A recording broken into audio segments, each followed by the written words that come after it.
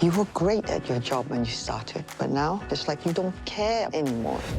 Hi. Oh, hi. Can I help? Last Christmas, I was really sick and I nearly died. I don't tell people because they get weird, but I don't think you'll get weird. No. And they just expect me to be normal and get on with life. There's no such thing as normal. Just being a human being is hard. Maybe you should do something nice for someone. Last Christmas, I gave you my heart. This year.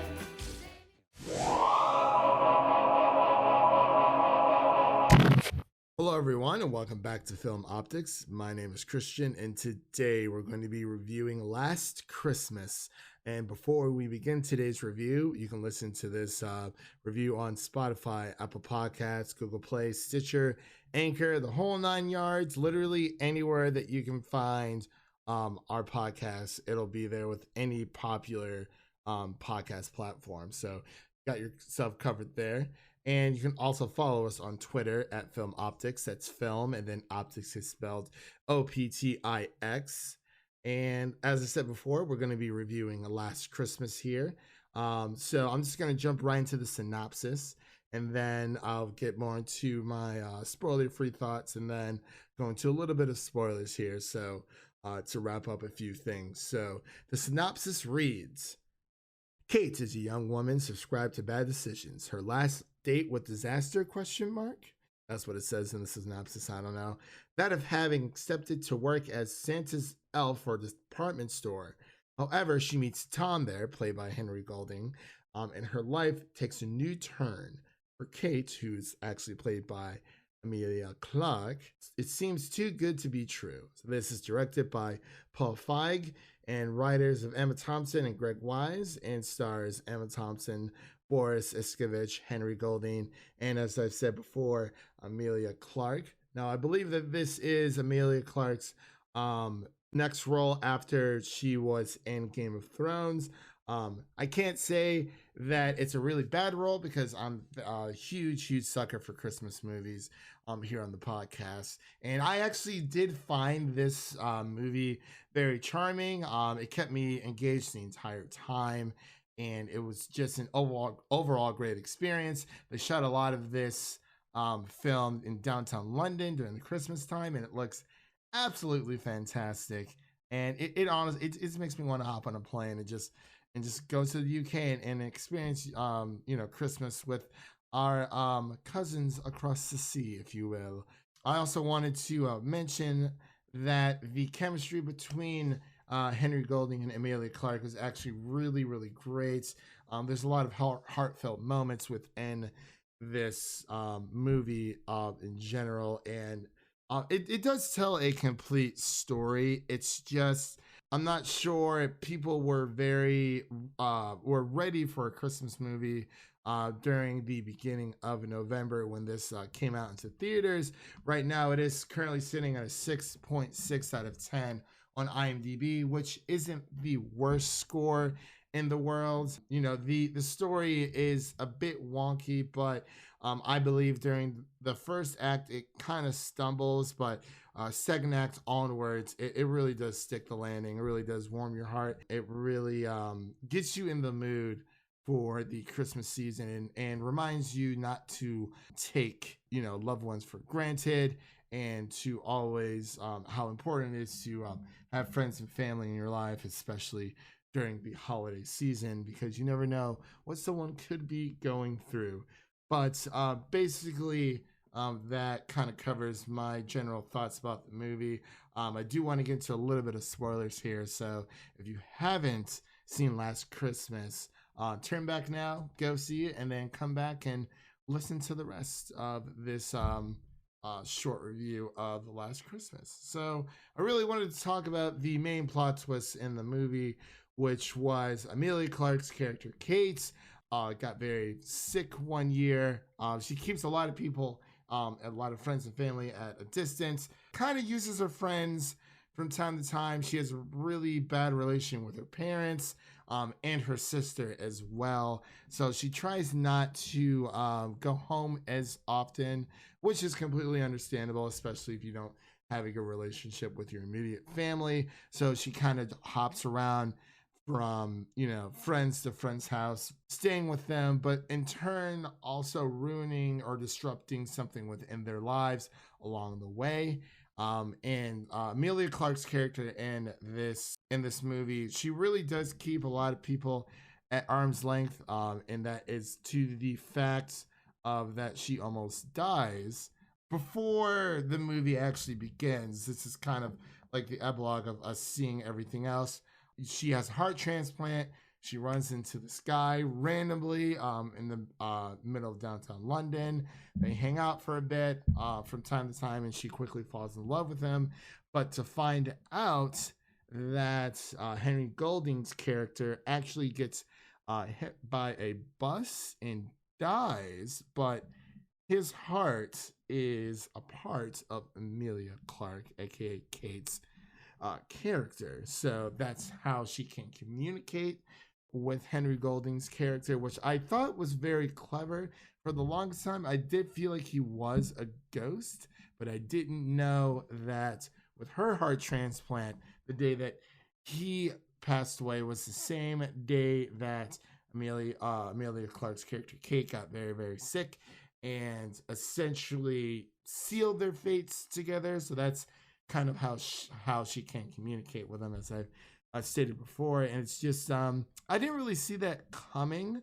I thought he was just going to be a normal average Christmas spirit that kind of taught her the ways of Christmas and of love and friendship and, you know, being with your family, the whole 9 yards. But it really did kind of throw a wrench in there for me. It was like, oh wow, that was actually very sad. But it is, you know, she quote unquote falls in love with Henry's character, and throughout the entire movie, you know, you see them spending a lot of time together. And there is one part during the movie where she starts to realize that Henry's character is not real when she she goes back to talk to him about, you know, the relationship that they're having and all the times and all the events that they spent together. It was all in Emilia Clarke's head, essentially. So, you know, they go roller skating, working down at the soup kitchen, Henry's character tucking Emilia's character in at his old apartment where he used to live at night, and she's constantly texting him. So this really was a very heartfelt film, and if you're a really big Christmas movie fan, you will definitely like this one. There's honestly not too much else I can say. I really did like the chemistry between her boss and Emilia Clarke as well. There was a lot of funny moments within this film as well, because with Emilia Clarke's character Kate's boss falls in love with this daily shopper who comes into the shop. I forgot his name, but the scenes between them are very, very funny, and I thought they were very entertaining. And the relationship between Kate and her immediate family, her parents and her sister, eventually does get mended, I should say, you know, as they show to appreciate each other as the film goes on. And I have to say, Emilia Clarke, she sings a little bit in this film, and she's actually quite good, very, very quite good. I really hope that you know, more interesting projects do come her way. I would definitely give this review, if I'm rating it, or this film, I would give this film a 70 out of 100, just because, as much as I did enjoy it, the first act, like I said before, stumbles a bit, but it really does land on a very, very good note. You know what? Screw it. I'm going 75 out of 100. So 75 out of 100. You heard it here first. So that are my final thoughts on that. But I would like to hear what you guys think about Last Christmas. Let us know your comments, questions, and concerns in the comment section down below if you're listening to this on YouTube. And if you're listening to this on Apple Podcasts, Spotify, or any of the other platforms that we have, you can actually leave us a 5-star review and write us a review on Apple Podcasts. It really does help us out. I want to figure out how to, increase the overall quality of our content here in our podcast. And I also want to let you guys know we are doing a lot of digital code giveaways. As you know, Black Friday was a few days ago, and I went Black Friday shopping over at Best Buy, the one and only place to get all of your amazing movie deals. So I have a bunch of digital codes that I will be giving out. The first one we're going to be starting with is A Quiet Place. It's going to be a 4K digital copy that I'm going to be releasing or giving out, I should say.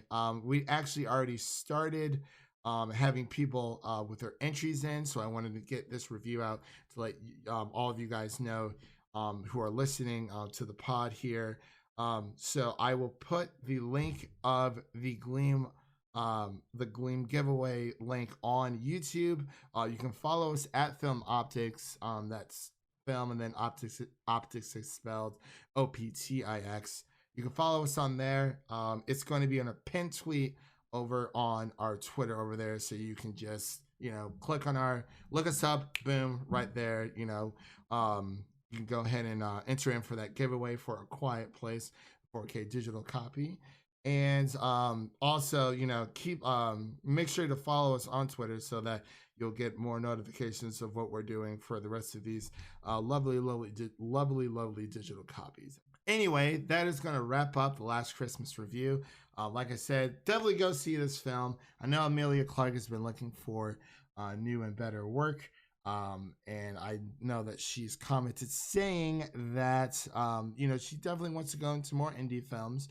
And which I totally agree with. I think indie films right now are the place to be. They have a lot more original stories, a lot more interesting than the remakes that Hollywood has been pumping out. Unfortunately, those are not the films that people are necessarily looking for. I'm looking at you, Charlie's Angels, Men in Black, Terminator, blah, blah, blah, blah, blah, all that stuff. So yeah, that's going to conclude this review, and we will see you guys in the next one. I'm not entirely sure what our next review will be. We'll definitely keep you posted on that, and I will see you guys later.